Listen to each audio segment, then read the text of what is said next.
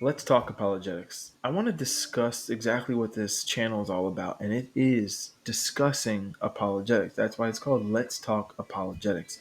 And apologetics is actually just meaning to defend logically with sound reasoning and with logical conversations with others out there to be able to defend what you believe in. I mean, there are a lot of people out there that actually believe that we shouldn't talk about religion, that we shouldn't get into these conversations because they just cause division. But what does the Bible actually say? Are we supposed to just be silent when it comes to what we believe? Or should we stand up with the truth, not back down, but do it with a particular manner, not aggressively and shove it down people's throats, but do it in a way that people would actually receive and accept? So let's just dive into what the scriptures actually say about this extremely important topic.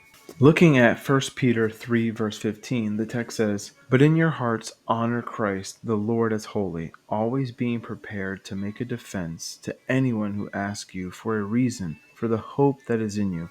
Yet do it with gentleness and respect." So the text says to always be prepared. We have to be ready. We need to be studying our Bible, be able to make sure that we understand our positions, what other people believe, so that we can truly be prepared to do what? To make a defense. The Greek word here is apologia, where we get the English word apologetics, and it's literally just a reply, a verbal defense. According to the Complete Biblical Library, on page 386, it shows the classical Greek definition of this word. It says, related to a judicial verb, apologimai, it is to speak in one's own defense, defend oneself. It denotes that the speech is in defense. So again, it's clearly talking about in defense in a courtroom setting, defending oneself. I mean, and that's what this verse is telling us: is to be prepared, be able to defend. But again, it's with logic, it's with sound reasoning. That's why he also says here, yet do it with gentleness and respect. Looking at 2 Timothy chapter 4, verse 2, the text says, preach the word, be ready in season and out of season, reprove, rebuke, and exhort with complete patience and teaching. The text here is telling us to preach the word and be ready. Just like in 1 Peter it says to be prepared, this passage is telling us to preach the word, but be ready in season and out of season. Doesn't matter if you're at the mall, if you're at the grocery store, even if you're at a red light, always be ready, because you never know who you might come across. But make sure that we're ready with complete patience. Again, we can't just shove it down people's throats. We have to give it to them in a way in which they can receive. Now to look at Colossians chapter 4, verse 6. The text says, let your speech always be gracious, seasoned with salt, so that you may know how you ought to answer each person. So again, we must know how to answer each person. And the only way to do that is to continue our studying in his scriptures. But again, do it with gracious speech, seasoned with salt. Again, it's still hitting on the point to do it in a certain manner, with patience, with love, with grace, not with physical pushback, not with physical force.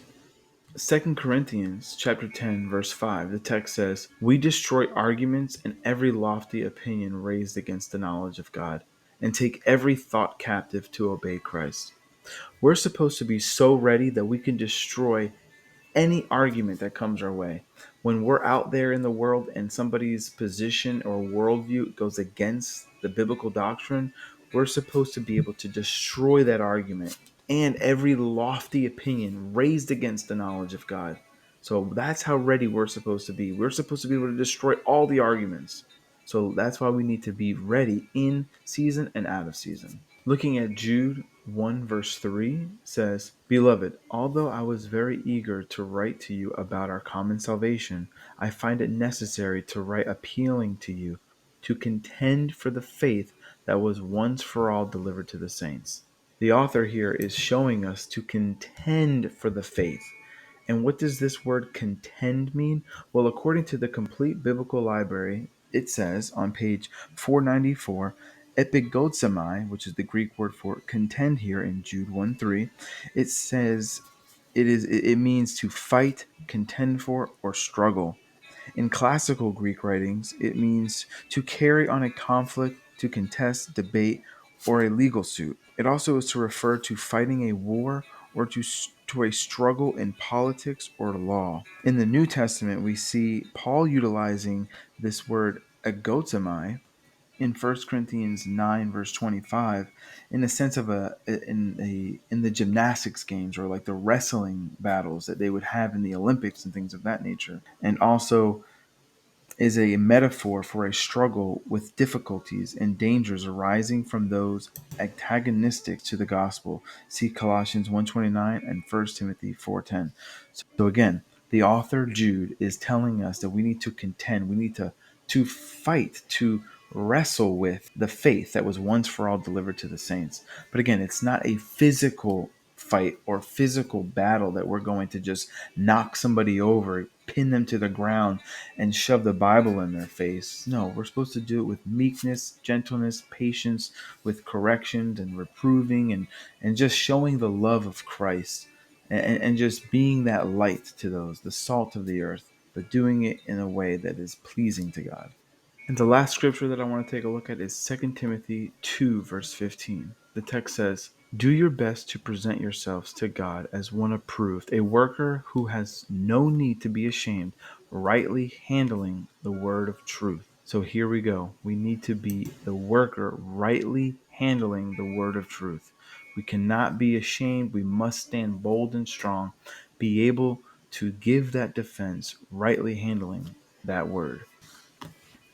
So, after looking at what the Bible actually says, it is clear we must be able to defend our faith, to study, to show ourselves approved.